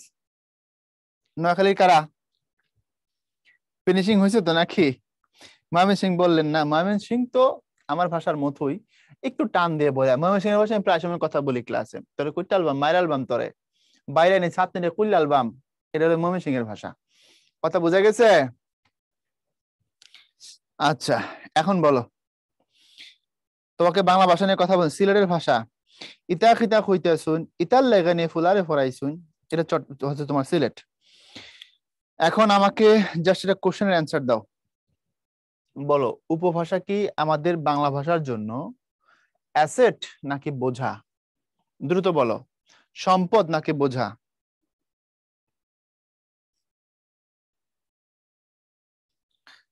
যারা বোঝা বলছে এগুলো নেগেটিভ মাইন্ডেড। তোমাদের কাউন্সিলিং করাইতে হবে, পজিটিভ কাউন্সিলর দিয়ে কাউন্সিলিং করাইতে হবে। তোমাদের চিন্তাগত জায়গাটা একটু নেগেটিভ জায়গাকে আগে ক্যাচ করে, বুঝছো কথা? এগুলো ঠিক করবা। উপভাষা হচ্ছে সম্পদ, উপভাষা অ্যাসেট, শুধু অ্যাসেট না, বিগ অ্যাসেট। পৃথিবীর যে ভাষার উপভাষার মধ্যে যত বেশি ডাইভার্সিটি আছে, ওই ভাষা তত রিচ। মনে থাকবে, যে ভাষার উপভাষার মধ্যে যত বেশি কি আছে, বৈচিত্র্য, ডাইভার্সিটি, সে ভাষা তত বেশি রিচ। সুতরাং উপভাষা সবসময় মনে রাখবা আমাদের জন্য গর্ব, এটা আমাদের প্রাইড, এটা আমাদের সম্পদ, এটা আমাদের অ্যাসেট। মনে থাকবে?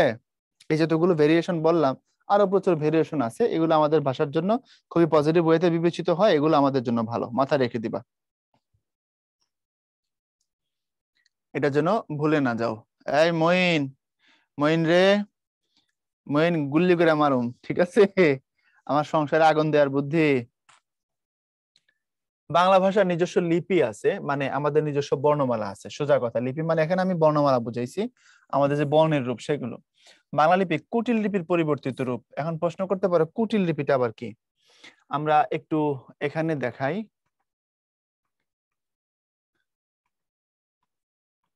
এখানে দেখো, প্রাচীন ভারতে দুইটা লিপি পাওয়া গেছিল, মানে বর্ণের রূপ আর কি। একটার নাম হচ্ছে ব্রাহ্মী, আরেকটার নাম হচ্ছে খরষ্ঠী। এই ব্রাহ্মী লিপির আবার রূপ আছিল, একটা হচ্ছে তোমার সারদা, একটা হচ্ছে কুটিল, আরেকটা হচ্ছে নাগরী। এই কুটিল রূপটা পরিবর্তিত হয়ে বাংলা হয়েছে। আমি জানি তুমি আমার কথা কিছুই বুঝতে পারো না। অর্থাৎ আজকে আমি যেটাকে অ বলি, এটা তো এখন অ। এটা একটা সময় এই রূপেই ছিল না, এটা এক সময় এরকম ছিল, এরকম আর একটু বাঁকা হয়েছে, আর একটু বিবর্তনের মতো আর কি। একটা সময় গিয়ে এরকম হয়েছে, বুঝছো এবার কথাটা? এই যে আমার বর্ণমালার রূপ, তার যে গঠন, তার যে ফরমেশন, তার যে বিবর্তন, তার যে রূপের থেকে রূপে যাওয়া, এটা লিপির রূপ পরিবর্তন। তো দুটো লিপি ছিল প্রাচীন ভারতে, এটা ব্রাহ্মী, এটা খরষ্ঠী। ব্রাহ্মী লিপির আবার তিনটা রূপ ছিল, সারদা লিপি, কুটিল লিপি এবং নাগরী লিপি। এই কুটিল লিপির বর্তমান রূপ হচ্ছে বাংলা। এখন বাকি থাকলো খরষ্ঠী লিপি। এই খরষ্ঠী লিপিটা কি, সহজে বুঝাই দেই। এটা লেখা হইতো ডান দিক থেকে বাম দিকে, আর ব্রাহ্মী লিপিটা লেখা হয় বাম দিক থেকে ডান দিকে। বুঝছো? ব্রাহ্মী লিপি আমরা যেটা লিখি আর কি, বাংলা, ইংরেজি, হিন্দি, এগুলো মানে বাঁ দিক থেকে ডান দিকে লিখে আসতে হয়, আর খরষ্ঠী লিপি ডান দিক থেকে বাঁ দিকে লিখে যেতে হয়। আর আমাকে বলতে হবে খরষ্ঠী লিপির ভাষা কোনটা।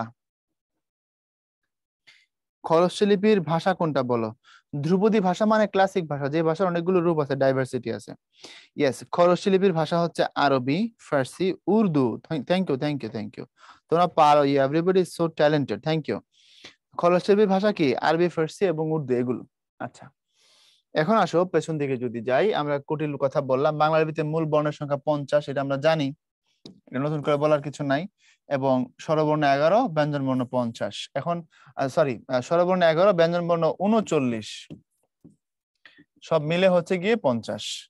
স্বরবর্ণ 11টা, স্বরবর্ণ 11টা, ব্যঞ্জন বর্ণ 39টা, সব মিলে হচ্ছে 50টা। মাথায় রেখে দিবা। এখন আসো আমরা তোমাদের জন্য পরে একটা প্রশ্ন করি। রেডি সবাই? সবাই রেডি? আচ্ছা, প্রশ্নের উত্তর দাও। প্রশ্ন হলো, বাংলা ভাষায় বলো অসংযুক্ত বর্ণ কয়টা? বাংলা ভাষায় অসংযুক্ত বর্ণ কয়টা বলো তো? উত্তর দাও, বাংলা ভাষায় অসংযুক্ত বর্ণ কয়টা? আচ্ছা, 9টা, 3টা, 39টা, 10টা, 49টা, 11টা, 10টা, 18টা, 11টা, 11টা, 9টা, 4টা, 8টা, 39টা। এটা কোনো কথা? একজনও ঠিক উত্তর আসতেছে না কেন? বাংলা ভাষায় অসংযুক্ত বর্ণ 50টা, অর্থাৎ যেগুলো আছে সবগুলো সিঙ্গেল বর্ণ না। অসংযুক্ত মানে কি? সিঙ্গেল। দুইটা বর্ণ মিলে একটা বর্ণ হয়েছে এমন আছে নাকি আমাদের, বলো তো? ও আ থেকে শুরু করে চন্দ্রবিন্দু পর্যন্ত এমন কিছু আছে যে দুইটা বর্ণ মিলে আমরা একটা বানাইছি? না, অল আর সিঙ্গেলস। তো সবগুলো একক বর্ণ, একক মানে অসংযুক্ত, মাথায় রেখে দিও। আচ্ছা, চলো আমরা এবার একটু এখান থেকে তো জানলাম ব্যাকরণের হিস্ট্রি জানি। বলো তো ভাষা আগে নাকি ব্যাকরণ আগে? হাউমাউ করে বলো, ভাষা আগে না ব্যাকরণ আগে, বলো।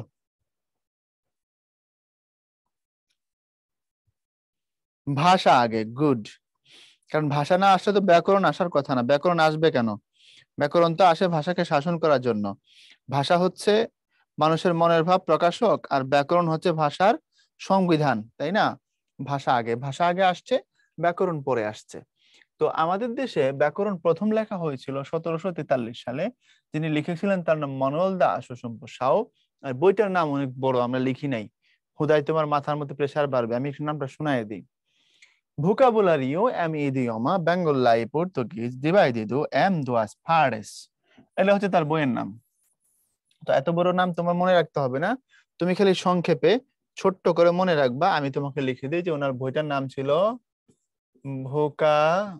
ভোকাবিওলারিও এম ইডিওমা। এটুকু মনে রাখলে চলবে। ভোকাবুলারিও এম ইডিওমা বেঙ্গলাই পর্তুগিজ ডিভাইডিদো পার্টেস, এটা তার বইয়ের নাম। তো উনি কে, এই ভদ্রলোক কে? এই ভদ্রলোক একজন পর্তুগিজ, মানে ওনার বাড়ি হচ্ছে পর্তুগাল আর কি। ক্রিস্টিয়ানো রোনালদো CR7 এর দেশে। 1743 সালে তিনি কেন ব্যাকরণ লিখলেন? ওনারা ইংল্যান্ডের মানুষ, আমাদের এখানে আসবার দুই তিনটা পারপাস আছে। এক, তারা ধর্ম প্রচার করবে। দুই, ব্যবসা বাণিজ্য করবে। তো তারা দেখলো আমরা তাদের ভাষা বুঝি না। তখন বাঙালি যেহেতু তাদের ভাষা শিখবে না, তাদের আমার কি ঠেকা, আমি তোমার ভাষা কেন শিখবো? তো তখন তারা আমার ভাষা শেখা শুরু করলো এবং তারা চেষ্টা করলো আমার সাথে কমিউনিকেট করার। সেই জায়গা থেকে তারা আমার ভাষা নিয়ে কাজ করলো, বুঝছো? ও তারা প্রথম একজন পর্তুগিজ 1743 সালে এই বইটা লিখে, এবং এই বইটা পর্তুগালের রাজধানী লিসবন থেকে ওই বছর প্রকাশিত হয়। এগুলো তোমার বইয়ে নাই, এই তথ্যগুলো তোমরা জানাচ্ছি, আমি হিস্ট্রি বোঝাচ্ছি।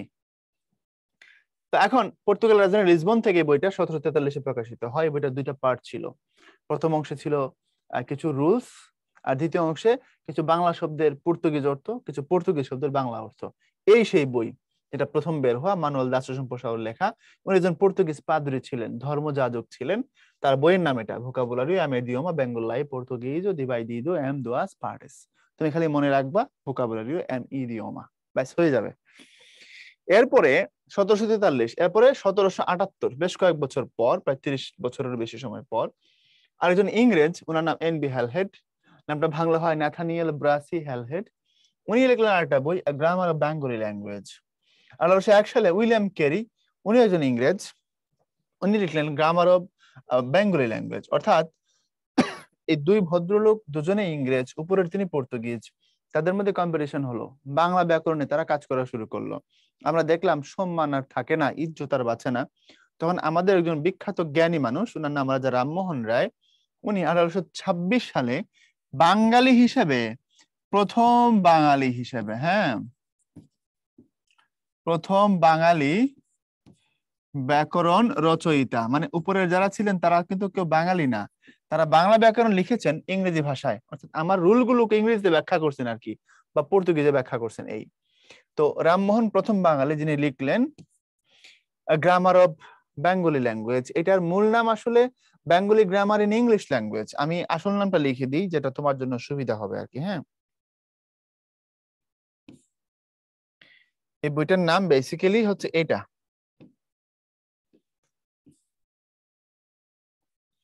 রামমোহন রায়ের বইটার নাম হচ্ছে মূলত Bengali grammar in English language. এটা রামমোহনের বই হচ্ছে, কি নাম বললাম? Bengali grammar in English language. Rammohan লিখলেন এই বইটা।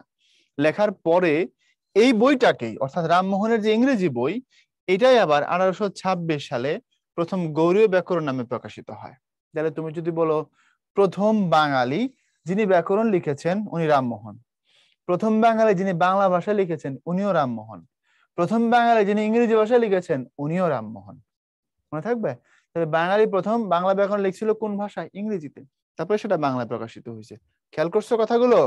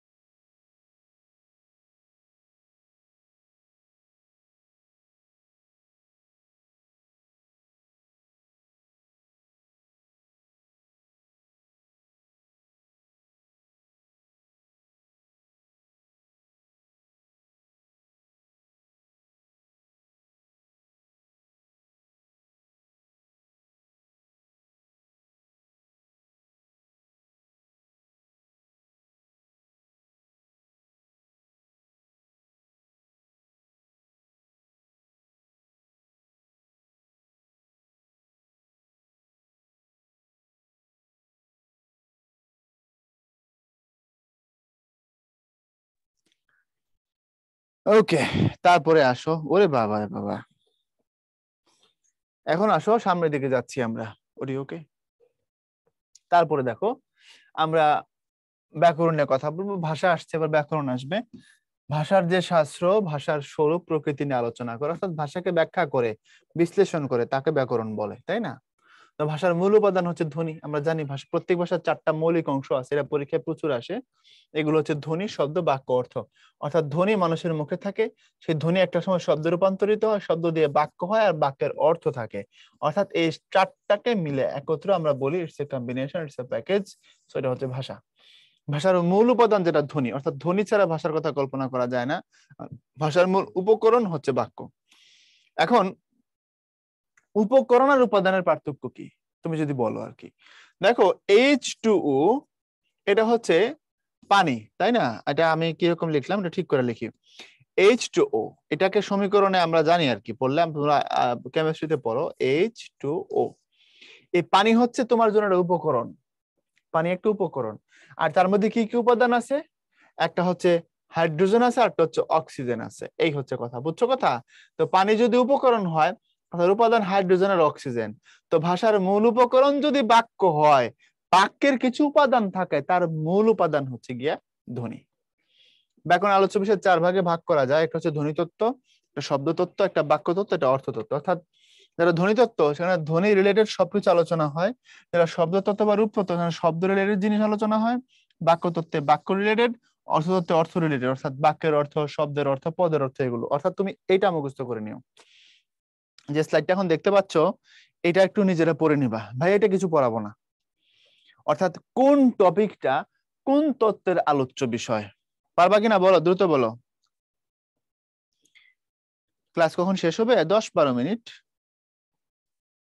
স্ক্রিন ক্লিয়ার না বলছো? আমার এখানে খুব ক্লিয়ার, বাট তোমার এখানে যখন পিডিএফটা যাবে, খুব পানির মতো সোজা মনে হবে। এটা নিজের মতো করে দেখে নিও, ঠিক আছে? এটা আমার পড়ানোর কিছু নাই। কোন টপিকটা কোন অংশে আলোচনা করা হয়, দ্যাটস ইট, আর কিছু না। এখন দেখো গৌড়ীয় ব্যাকরণ কত সালে প্রকাশিত হয়? গৌড়ীয় ব্যাকরণ কত সালে প্রকাশিত হয় দিয়ে দাও। এই পোলে অ্যাটেন্ড করো, সময় পাবা 35 সেকেন্ড।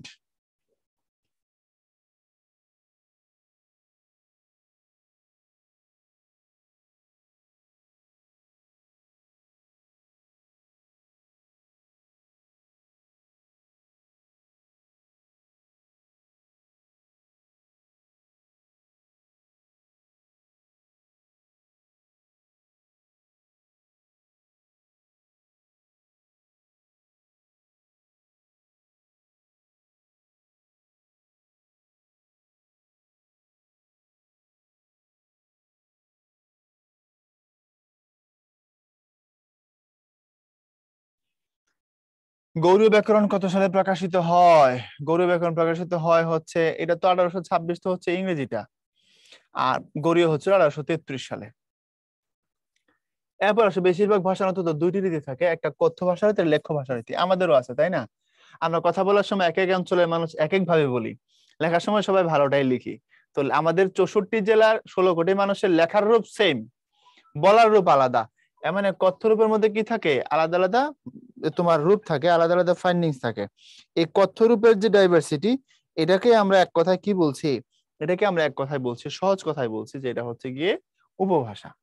তো এই যে কথ্য ভাষা রীতিটা যেটা, এটাই হচ্ছে তোমার বিভিন্ন রকম, তাই না, বিভিন্ন রকম হয় এটা।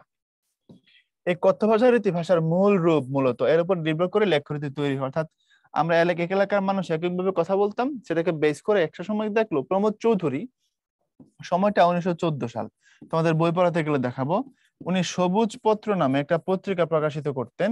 ওখানে তিনি বললেন যে এক এলাকার মানুষ এক একভাবে কথা বলে ঠিক, সাধু ভাষা আমরা লিখি এটাও ঠিক, তবে একটা শুদ্ধ প্রমিত বাংলা রূপ তৈরি করতে হবে। উনি তখন সেটা করলেন, এবং তিনি করলেন যশোর প্লাস নদিয়া এই এলাকার ভাষাকে স্ট্যান্ডার্ড ধরলেন। আমাদের যখন শুদ্ধ রূপ, এই শুদ্ধ রূপের বেজ হচ্ছে যশোরের আঞ্চলিক ভাষা এবং নদিয়া, নদিয়া মানে আমাদের কুষ্টিয়া ইন্ডিয়ার নদিয়া এই এলাকাটা।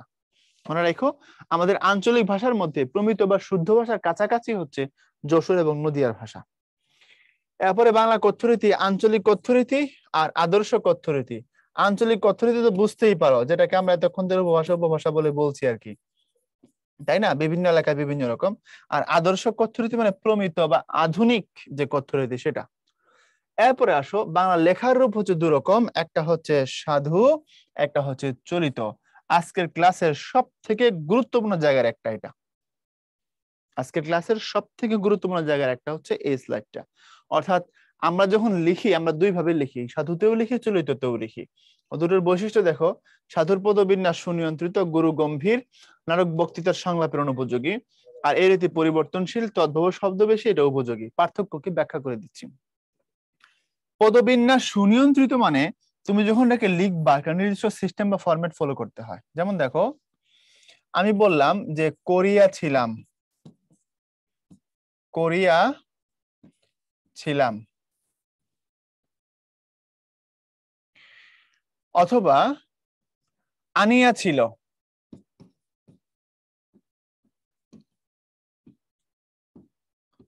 এখন এটাকে যদি তুমি ভাঙো, কোরিয়া ছিলাম এটার ধাতু হচ্ছে কর, আর সাথে যুক্ত হয়েছে ক্রিয়া বিভক্তি ইয়া ছিলাম। আচ্ছা, আনিয়া ছিলামকে তুমি যদি ভাঙো তাহলে হবে আন, এটা হচ্ছে ধাতু, তার সাথে যুক্ত হয়েছে ইয়া ছিলাম। এখন তুমি যখন সাধুতে আনবা, কোরিয়া ছিলামটা হয়ে যাবে করে ছিলাম। এখন ধাতু না হয় কর, এখন ক্রিয়া বিভক্তি কি দেখো, মিলতেছে না, তাই না। বিশেষ করে আনিয়া ছিলাম এটাকে আমরা বলি এনে ছিলাম।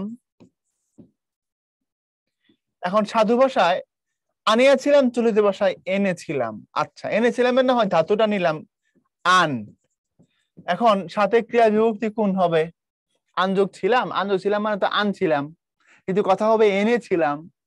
তাহলে দেখো, প্রপার ব্যাখ্যা দেয়া সম্ভব হচ্ছে সাধু ভাষায়, প্রপারলি ভাঙতে পারতেছি, প্রপারলি ডিসক্রাইব করতে পারতেছি সাধু ভাষায়। কিন্তু চলিত ভাষায় যখন আসছি, কথা বলার জন্য ঠিক আছে, পারফেক্ট, কথা বলার জন্য এর মধ্যে একটা রিদম আছে, কিন্তু ব্যাকরণিক ভাবে তুমি যখন ব্যাখ্যা করতে যাবা, তখন দেখবা যে চলিত ভাষাটা অনেক জায়গায় ইনকমপ্লিট, তোমাকে প্রপার রিদম সে দিতে পারছে না। আমি কি কথাকে বুঝাইতে পারছি তোমাকে নাকি পারি নাই, বলো, এটুকু বুঝছো? আচ্ছা, একজন বলছে 1826 সাল ছিল গৌরী স্মার্ট বোর্ডে। আরে না, তুমি ভুল দেখছো। এই যে দেখো, গৌরব, ও এটা 1826 দিয়ে রাখছে। আচ্ছা, আই এম সো সরি, ইংরেজিটা 1826, আর এটার ইংরেজিটার বাংলাটা হচ্ছে 1833। ইংরেজিটার বাংলাটা হচ্ছে 1833। ইংরেজিটা Bengali grammar in English language 1826, but এটার বাংলাটা যখন প্রকাশিত হয়েছে এটা হচ্ছে 1833-এ। ঠিক আছে ভাইয়া, থ্যাংক ইউ। এরপরে আসো, আমরা বলছিলাম যে লেখ্যরীতি তৈরি হয়, এবং এই যে এই জায়গায় ছিলাম আমরা। তো সাধু ভাষা কিভাবে পূর্ণাঙ্গ এবং চলিত ভাষা কি করে কিছু কিছু জায়গায় একটু কনফাইন্ড, এই জায়গাটা তোমরা বুঝছো কিনা একটু আমাকে আবার একটু রেসপন্স করো তো ভাইয়ার আমার, ইয়েস অর নো, ধরতে পারছো? ওকে, থ্যাংক ইউ এভরিওয়ান। এখন বলছিলা গুরু গম্ভীর, গুরু গম্ভীর মানে শুনতে ভারী লাগে। তৎসম শব্দ বহুল মানে সাধু ভাষার মধ্যে প্রচুর পরিমাণে সংস্কৃত শব্দের ব্যবহার আছে, আর এ কারণে এটা কঠিন। আর তদ্ভব শব্দ বহুল মানে হচ্ছে চলিত বাংলা যেটা আর কি, অর্থাৎ খাঁটি বাংলা শব্দ এটার মধ্যে বেশি। তদ্ভব মানে হচ্ছে খাঁটি বাংলা শব্দ, অর্থাৎ আমরা যে ভাষায় এখন কথা বলছি এগুলো তদ্ভব শব্দ। আর সাধু ভাষায় বক্তৃতা নাটক উপযোগী না, চলিত ভাষায় বক্তৃতা এবং নাটক উপযোগী। এর মানে হচ্ছে তুমি যদি বক্তব্য দেওয়ার সময় সাধারণ মানুষের উদ্দেশ্যে কথা বলতেছো, এখানে আম জনতা, সাধু ভাষায় যদি বলো ঈশ্বরচন্দ্র বিদ্যাসাগরের মতো, তাহলে পাবলিক তো বুঝবে না। অদ্যপ্রাতে নিদ্রাভঙ্গের পর অবলোকন করলুম, সূর্যদেব পূর্ব দিগন্তে অধিষ্ঠান করিয়াছেন, অথবা তড়িঘড়ি করিয়া প্রাতরাশ সারিয়া অফিস অভিমুখে রওনা করলুম। মানুষ বুঝবে না। এই কথাটা হলো এই, আজ সকালে ঘুম ভাঙা পরে দেখলাম সূর্য উঠে গেছে, তারপর তাড়াতাড়ি নাস্তা করে অফিসে চলে আসছি। এটা সাধারণ মানুষ বুঝলো। তো তুমি সাধু ভাষায় বললে সবসময় পাবলিক বুঝবে না, এই জন্য অনুপযোগী সাধু ভাষাটা, আর চলিত ভাষাটা হচ্ছে উপযোগী। এরপরে সাধু চলিত ভাষার মূল পার্থক্য সর্বনাম এবং ক্রিয়াপদে, আর এই জায়গাটা একটু বুঝতে হবে দেখো। আর বাকিগুলোতে তেমন পার্থক্য নাই। ক্রিয়াপদগুলো আর সর্বনাম পদগুলো সাধারণ চলিতের মধ্যে 100% পার্থক্য তৈরি করে। কত পার্সেন্ট? 100%। অর্থাৎ ক্রিয়াপদে সাধু ভাষার যেমন চলিত ভাষার ঠিক তার ভিন্ন, চেঞ্জ হয়ে যায়। দেখিলাম, দেখলাম, আনিয়াছিল, এনেছিল, 100% পার্থক্য হয়, 100% পার্থক্য হয়। বাকিগুলোতে সবগুলো পদে হয় না। যেমন ধরো কলম, এর একটা বিশেষ্য শব্দ, সাধুতেও কলম, চলিততেও কলম, ঠিক না? আবার যেমন দেখো আকাশ কথাটা সাধুতেও লেখা হয়, চলিততেও লেখা হয়, কোনো অসুবিধা নেই। আবার সর্বনামে কিন্তু পার্থক্য দেখো। আবার বিশেষণে কিছু কিছু পার্থক্য আছে, যেমন বর্ণ কথাটা আর বুনু কথাটা। বর্ণ হচ্ছে সাধু, বুনু হচ্ছে চলিত। হ্যাঁ, বিশেষের মধ্যে সামান্য পার্থক্য আছে, যেমন জুতা এটা সাধু, আর জুতো এটা হচ্ছে গিয়ে চলিত। তো বিশেষ বিশেষণ সর্বনাম অব্যয় এবং ক্রিয়া 5টা পদের মধ্যে ক্রিয়াপদের সর্বনামে 100% পার্থক্য সাধু চলিততে, বিশেষ বিশেষণে সামান্য সামান্য পার্থক্য, অব্যয়ে কোনো পার্থক্য নাই। এবং ও আর কিন্তু সাধুতেও বলি, চলিততেও বলি। বিশেষতে সামান্য সামান্য পার্থক্য হয়, বিশেষণে সামান্য সামান্য পার্থক্য হয়। শুকনা, শুকনো একটু পার্থক্য হচ্ছে, মাথা, মস্তক একটু পার্থক্য হচ্ছে, কিন্তু ক্রিয়াপদে শতভাগ পার্থক্য হয়, সর্বনামে শতভাগ পার্থক্য হয়। এর পরীক্ষা যদি প্রশ্ন হয় যে সাধু চলিত ভাষার মূল পার্থক্য কোন কোন পদে, কি বলবা? পিডিএফটা ক্লাস শেষ হলে পাওয়া যাবা। চলিত ভাষা ব্যাকরণের নিয়ম মানে না, তাই না? না, ব্যাকরণের নিয়ম মানে না সেটা বলিনি। চলিত ভাষা গতিশীল এটা বলছি, নিয়ম মানে সব সময় 100% সময় তুমি প্রপার ভাঙ্গা ভাঙ্গিটা চলিততে করতে পারবে না, তো সাধুতে লাগে আর কি, এটা বলছি। ওকে, ঠিক আছে, থ্যাংক ইউ। এখন আসো, আমরা বলছি প্রত্যেকটি শিশুর মাতৃভাষা হলো তার আঞ্চলিক ভাষা, আর আদর্শ কথ্য তার কাছে দ্বিতীয় ভাষা, অর্থাৎ পরবর্তীতে বড় হওয়ার পরে সে যে রূপটা শিখে আর কি, প্রমিত রূপটা। শিশুর কাছে প্রমিত রীতি শেখার প্রধান উপায় পাঠ্যপুস্তক। ছোট বাচ্চা গ্রামে বড় হয়েছে, তখন সে শুদ্ধ রূপের বাংলা কথা শিখে কোথায়, কখন? স্কুলে যাওয়ার পর, অর্থাৎ পাঠ্যপুস্তকে শিখে আর কি। এরপরে চলিত রীতির বৈশিষ্ট্য নিচের কোনটি? দুর্বোধ্য, তৎসম শব্দবহুল, জীবন্ত, গঠন সুনির্দিষ্ট। বলো এখানে চলিত রীতির বৈশিষ্ট্য কোনটা? আমি চাইবো এটা তোমাদের 100% হবে।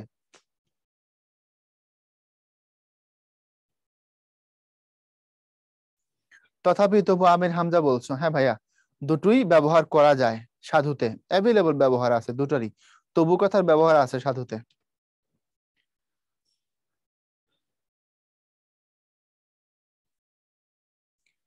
সময় পাবা 30 সেকেন্ড, এর বেশি দেয়া যাবে না, কারণ এটা ছকে ছিল হুবহু। ওকে, ক্লোজ করে দিলাম। দুর্বুদ্ধ এটা সাধুর বৈশিষ্ট্য, তৎসম শব্দবহুল এটাও সাধুতে হয়। গঠন সুনির্দিষ্ট, লিখে লেখা দেখাইছি। এবার বাকি থাকলো জীবন্ত। কারণ ভাষা আবার জীবন্ত মৃত হয়, জীবন্ত মানে বুঝেছি সহজ আর কি, প্রাণবন্ত, সব মানুষ বুঝতে পারে, এই অর্থে বলেছি। সো উত্তর হচ্ছে জীবন্ত। তোমরা কত পার্সেন্ট সঠিক দিয়েছো? ম্যাক্সিমাম। ঠিক আছে, থ্যাংক ইউ। আমরা একেবারে শেষ প্রান্তে চলে আসছি। আমি বলছিলাম 12:20 আশেপাশে ক্লাস শেষ হবে, আমরা শেষ করতে পারছি। সবার জন্য দোয়া, শুভকামনা। তোমরা ভালো থাকবে সবাই। শুক্রবার নামাজ কালাম পড়ো। কোনো বার্নিং কোশ্চেন থাকলে একটু করতে পারো এখানে। জুতা পরে জঙ্গলে গেলাম গুরুচণ্ডালী হবে কিনা, মুখের ভাষায় যখন বলবা তখন কোনো চন্ডালী ফন্ডালি নাই। সাহিত্যে গেলে এটা নিয়ে ধরতে পারো আর কি, জঙ্গলে না বললে বনে বলতে পারো, আর জঙ্গল